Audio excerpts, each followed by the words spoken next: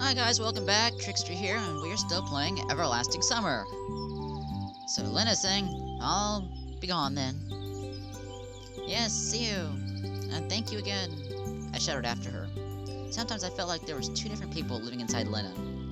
But the second one, confident and happy and sometimes even bold, only appears when she talks to me. Or am I making things up again? I thought that it would be better if I get all the ingredients at once, so I head to Olga's Dermative's cabin with a handcart. Finally, it seems like everything can be collected. I took the handcart with sugar inside and put the sack with the flour in it, followed by the 2 baskets of strawberries, and somehow fitted in between. And the beer was hidden under my shirt, just in case. The day was coming to an end, so I had to hurry, as cake itself needed some time to bake. Of course, I'd rather enjoy lying down, close my eyes, getting a decent sleep, but I just couldn't let Olga down. Indeed, after all the trouble I've gone to, I felt personally responsible for the success of this event. Coming to the square, I stopped for a moment to catch my breath. It wasn't even the cart that was heavy. It ran smoothly without any noticeable effort required. It's just that any physical exertion caused pain to me now, both physical and mental one. I sat down on the bench and closed my eyes for a moment. What's that? I didn't really give a damn who it was. Probably just a fellow pioneer girl taking an interest in an unfamiliar companion in distress. What are you talking about? I asked her tiredly. She didn't reply. Those are the ingredients for the cake. Do you like cake? I don't know. What? You never tried cake? I don't know. Obviously the girl didn't get what I was talking about. But it didn't surprise me at the moment. I really wasn't interested in the conversation. I was so tired that I had zero intention of classifying external distractions and tagging them as either common or uncommon. I see. Come down to the canteen later. Have a bite. Really? Really. And what are they made of? What? I asked indifferently. These cakes. Well, some flour, sugar, various fillings. Now that's a strange question. Doesn't she know what cakes are made of? And you have it all here? Yeah, sort of. And sugar? And sugar. Could you lend me a little? What for? I thought it was over the top. A sudden gust of wind made me grab the cart instinctively and open my eyes. However, nobody was there. In my daydreaming, I noticed, though, that the sugar stack was untied and a small heap of it had been poured out. Could have been that she was scared of the wind and ran away. Having fixed the sack, I got up from the bench and continued on my challenging strawberry way. There wasn't a single person near the canteen. No wonder, dinner was still an hour away. I brought the handcart to the rear of the exit and handed the foodstuffs to the camp cook. She must have already been told what to do with them, as she gave me an unpleasant look. I'm not sure how long it takes to bake cake, but it seems she had to hurry. I just wanted to relax the remaining time until dinner. In short, I was so tired that I sat on the steps and waited. My eyes closed themselves. I guess I got so tired throughout the day that I didn't even notice how someone came up to me until they patted me on the shoulder. Hi! Miku was standing before me. Yeah. I didn't need a mirror to imagine the expression of skepticism and annoyance on my face. Oh, excuse me, I must have interrupted you. No problem, I was just sitting here. Alright, then. Miku beamed with a smile. I was just coming to dinner. I thought it's time already. Then it appeared to me that it's too early. But I decided to check in case. Maybe it's not me who's mistaken, but the clock is. Well, not the clock. Clocks can't be mistaken. It's just that I misread it. She seemed to be ultimately confused now and fell silent. It's still a half an hour before dinner. Oh, that's great. Then I'll sit here wait with you, if you don't mind. Frankly speaking, I do mind. You know, I have some matters to attend to. I stood quickly and left out saying goodbye, ignoring Miku as I always did, while she screamed something after me. A minute later, I got to the square and sat on the bench with the firm intention of finding a quiet, safe place here to wait for dinner. I think this is the first time in the last 4.5 days where I felt like this. I wasn't just irritated because of some insignificant details, but indeed I was really angry. I've completely stopped caring about where I am and why I am here. I don't care about how I get out of here either. What's driving me mad is that I always have to carry out some stupid task given by our camp leader, and it's always me who gets into stupid situations and sometimes even ends up looking like a clown. If all this is some alien trick or plot of the universal mind, they better consult with their psychiatrist. I gritted my teeth and clenched my fists. The most annoying thing is that everything that happens seems to happen by itself somehow. I'd be happier not having to carry around bags of sugar that weigh a ton, but I had no choice at all. I mean, any other option would lead much worse consequences than a muscle strain or hurt pride. Who are you angry with? Dylan was standing in front of me and smiled slightly. Nobody, really, I answered absently. But my fist gave me away. Just like that. Oh, okay, it's up to you. You better tell me. Why did you run around the camp the whole day with some kind of bags? I had to, I replied reluctantly. I guess it was food. Maybe it was. Dylan was about to say something, but the moment the bell rang, calling the pioneers for dinner. I sighed in relief and quickly headed to the canteen, leaving Yulana behind. Simeon, thank you very much. For what? The camp leader gave me a friendly smile. For the cake, of course. Ah, sure. Is that someone to understand the true meaning of the saying, keep your thanks to feeding your cat? You didn't tell anyone. This ought to be a surprise. Yeah, that's my boy. And now off you go to dinner. Olga waved her hand, pointing to the canteen. I stepped through the doorway and slowly started to look for a free place. It turned out there was plenty today, so I got the chance to eat all alone. There was fish with mashed potatoes for dinner. What misfortune once again. I'll be left half hungry. Didn't we have fish for lunch? Is it a fish-only day today? Having pushed my plate with the fried seed dweller away, I laid my head on my hand and closed my eyes. Pretty soon, somebody came to the table. Hey, are you alright? I'm fine. I planned without changing my position. Just tired? Yeah, a little. That's bad, Lily said seriously. Of course. You remember that we are going to the hike after dinner, don't you? Have you prepared everything? What? Where? I opened my eyes and lifted my head up instantly. Lynn was standing by Slavia. The hike. She was surprised. Didn't you know? No. I put my head down the table and covered it with my hands. If only I could sink to the ground right away. The girls remained silent.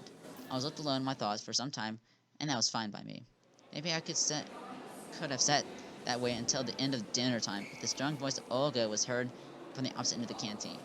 Guys, to celebrate the miraculous rescue of our friend and comrade, Shurik, we baked this cake for you all.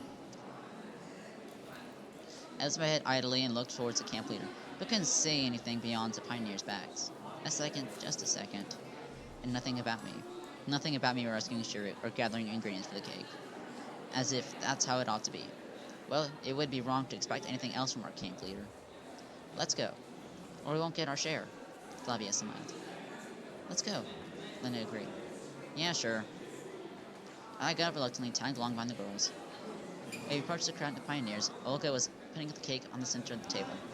And now, the camp leader was about to finish as Ilana rushed out of the pioneer crowd and dived at the cake. She managed to nibble a few times before she was pulled away. She was kicking and screaming. I stared blankly out from the outside at this drama. Alyssa smiling, Lena picking up something from her fingers, and all furious pioneers around. I felt completely out of place here.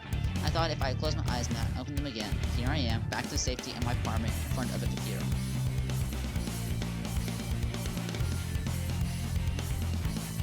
I blinked, but nothing changed. All the noise and confusion became sharper.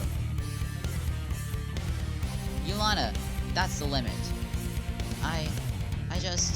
Well, in fact, behaving like this is a bit over the top even for her. Shurik broke into the conversation, or is it a court-martial? Please, Olga, since the cake is celebrating my return, it's no big deal. He hesitated. It doesn't matter. The camp leader turned to Yulana. And you. Today, I'm going to punish you for the fullest extent, so you'll behave next time. Ah, whatever. She snorted and turned back. You won't be going on the hike with us tonight. As if I wanted to. I was more than willing to switch places with Yulana to get the hike instead of her, but who knew? If I had to guess beforehand, I'd have been the first one to go berserk and smash the damn cake. After a couple minutes of confusion, the pioneers started to disperse. You have to get ready too. There'll be a lineup at the square in half an hour. I looked straight in the eyes of the camp leader, trying to express my attitude non-verbally, but it seemed that I failed. Don't be late. Yulana was sitting at the table when I approached her on my way to exit. So why'd you do it? She looked very upset. But she had a right to be, so. I wanted to, Yulana replied abruptly. So you're happy now? Of course I am. And you, good luck with the hiking. She smiled mischievously, sprang up, and rushed out of the canteen. Well, a little bit of luck wouldn't hurt. Walk and you shall reach, was exactly the proverb that kept whirling in my head all the way down the camp leader's cabin. Somehow I couldn't manage to argue, to pretend that I'm sick, or just skip it without a reason. The events of this day taught me submissiveness, although sometimes whatever was happening made no sense to me. As I walked in, I had a thought. Well, in fact, how should I get ready? Clothes? All I had an overcoat and a pair of jeans. Anyway, I forgot to ask whether it's going to be an overnight hike or not. I couldn't think of anything better, so I grabbed the sweater that I had on me when I arrived at the camp. The night might be fairly chilly, and stuffed slowly out to the square. The camp was already there, although it was about 10 minutes before the time Olga had designated. I settled down near the edge and waited patiently. Night was falling. And viewed from the outside, with a fairly comical picture we would make, a crowd of pioneers lined up out of sheer habit, like they were awaiting a silent command from the bronze agenda. All this happening in the scarlet rays of the sunset. And there he was, waving his hand, screaming, "Attack!" as roaring soldiers with red handkerchiefs charged into the battle against some ghostly enemy. But Olga showed up and started talking instead of agenda. It seems everybody's here. Great. I was so tired today that I couldn't even think about anything, so I ended up just listening to the camp leader. Now today we will go hiking. It's essential for every pioneer to be able to come and rescue his comrade, to offer a helping hand in the hour of need, saving them from a hopeless situation. We have to learn to do all these things together. A whisper that ran through the pioneer crowd suggested that most probably this truly epic expedition ended up in a clearing in the forest several hundred feet from the square. Somehow I thought so too. We will walk in pairs, so if you haven't chosen a partner for yourself yet, now's the right time to do so. Pioneers quickly caught on the idea and started matching in pairs. Luckily, I was only one without a partner. Slavia was enthusiastically discussing something with Olga. Linda was Miku. Electric was, of course, a shirk. Well, might as well not be a bad idea to go alone after all. Simeon, the voice of a camp leader, pulled me out of my thoughts. I went up to her reluctantly. I see that you haven't found a partner. Seems like it. You'll join Xenia. She's alone too. I was struck with a special kind of despair that only a true loner can experience. So it appears I'm left alone with the prickly librarian that I wouldn't risk spending a couple of hours with even if I was paid for it. Although we both seem to be on the same boat now. I slowly approached Xenia. Well, I guess we'll be going together. She looked up at me. Don't even think I'm glad, said Xenia seriously. Why on earth should I feel glad? I asked naively. Never mind. It'd be much better if you just shut up. You couldn't get any better than this. She turned her back to me and followed the other pioneers. I still haven't seen any special reason to walk in pairs. Anyway, we are walking on the well-trodden forest trails, and it would be quite difficult to get lost here even if I wanted to. Moreover, while we were already been hiking for half an hour, we weren't rushing into the depths of the forest, trying to face all the dangers that could test our courage and harden our pioneer spirits. Instead, we were just walking around in circles. However, if we take into account that Olga was our chief, this hike could be compared to a hobbit's march from the Shire to Mordor. Just as Xenia insisted, I was following her at a distance in silence. The librarian seemed to be perfectly okay with it. Hey, don't you know when we'll reach our destination? Our what? Ahem. The place where we are going to settle down, set up camp. The whole point is this hike isn't to set up camp, but the hike itself. You don't get it. Yeah, it seemed that I didn't understand a thing about hiking. I guess you're right, but still. I don't know, she replied sharply and quickened her pace. I caught up with her and asked, Listen, why are you always so, let's say, mean but stop short?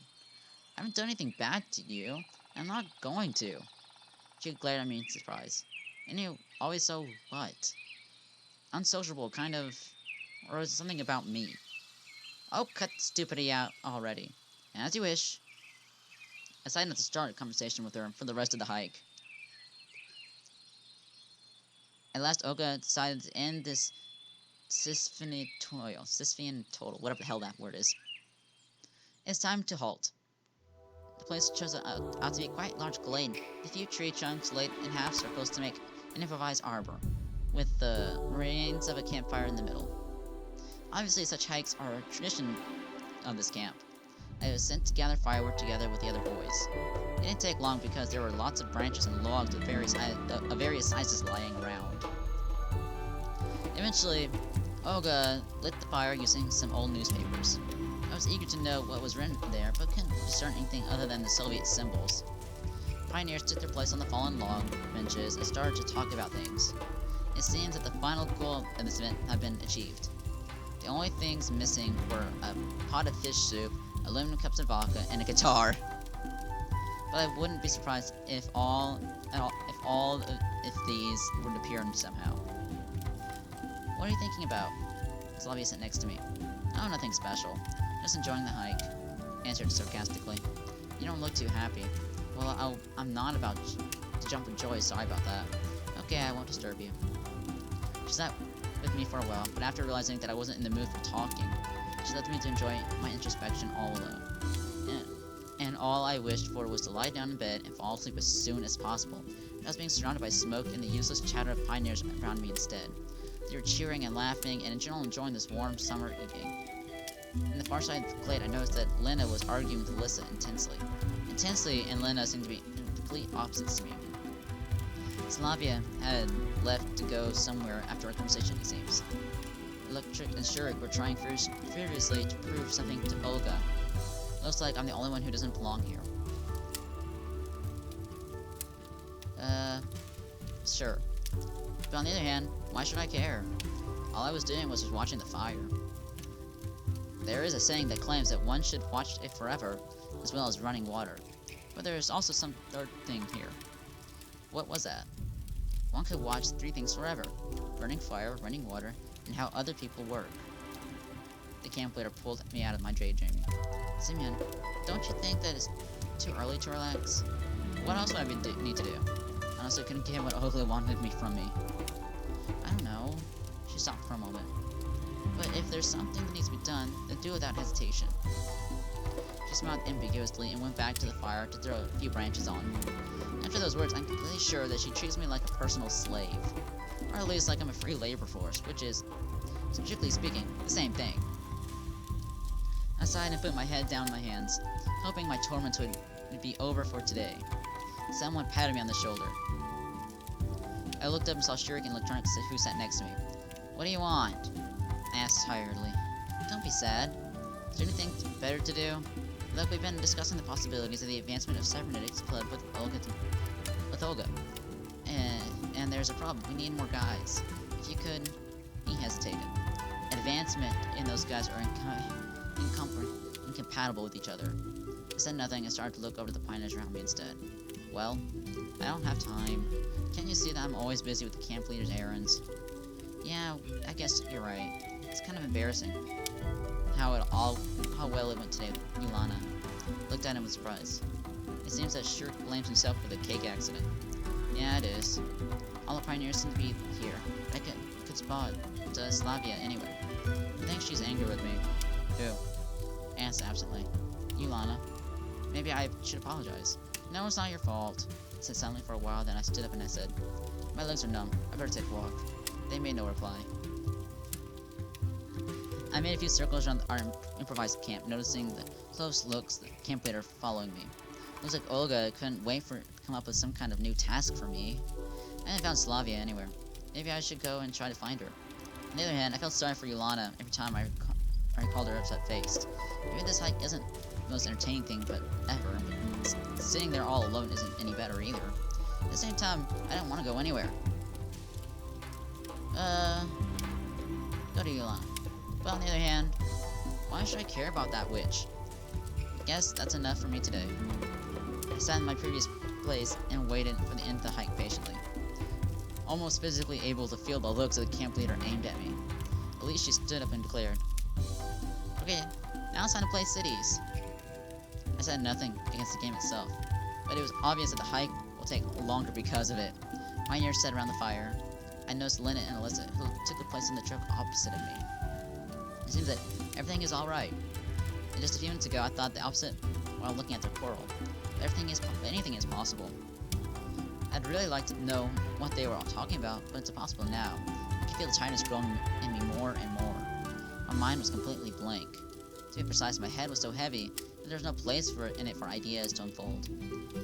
While in my better times my brain appeared to be a wide highway with millions of thoughts running by, chasing one another and causing major crashes, now it was more like a footpath lost in the woods, which was used rarely and only in exceptional cases. Slavia didn't come back. Maybe she had something to do. But once again, there's no way to find out. Okay, let's start. Moscow. Pioneers started to name cities. Finally, it was my turn. I tried to listen closely to catch the first letter of the city. I'll have to use. Archangelisk. We played several rounds. Each new city name made it harder to remember everything that was mentioned before. My attention was dissipating, and I was already lost in all these capitals, megalopolises, villages, and urban settlements.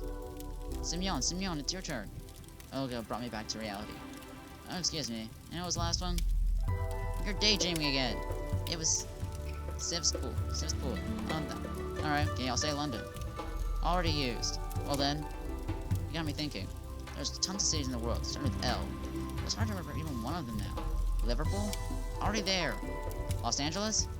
Oh, finally. She gave me a scornful look, but the game went on.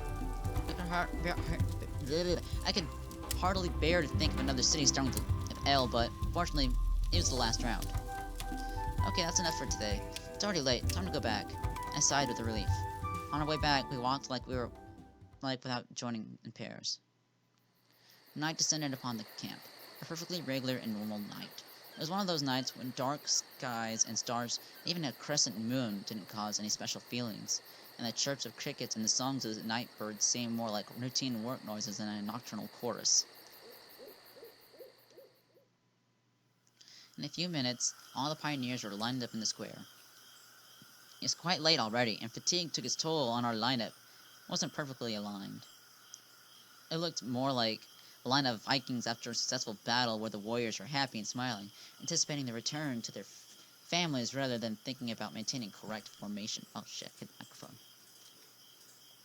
But someone else could possibly see a completely defeated troop or a bunch of survivors who had to march to their homeland with the last of their strength. Thanks, everyone. And now, go to sleep. It's late already. Pioneers quickly each ran to their own ways, and I was left together with a camp leader. And we should go too. We went in complete silence to Ogla's cabin. Okay, let's sleep, she said, turning off the light. I was tossing and turning for quite a while, recalling all the events of the day. On one hand, I was overcome with fatigue. On the other hand, I couldn't shake the feeling that I'd forgotten something, done something wrong, said something wrong. And this feeling, this incompleteness, was tormenting me. It was 2 a.m. All bad things would end sooner or later. Or at least, it could take a break. I fell asleep.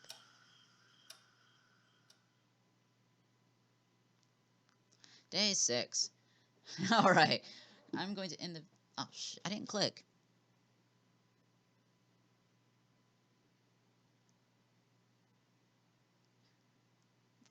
I'm going to save the game, and I shall see you in the next one. Bye-bye.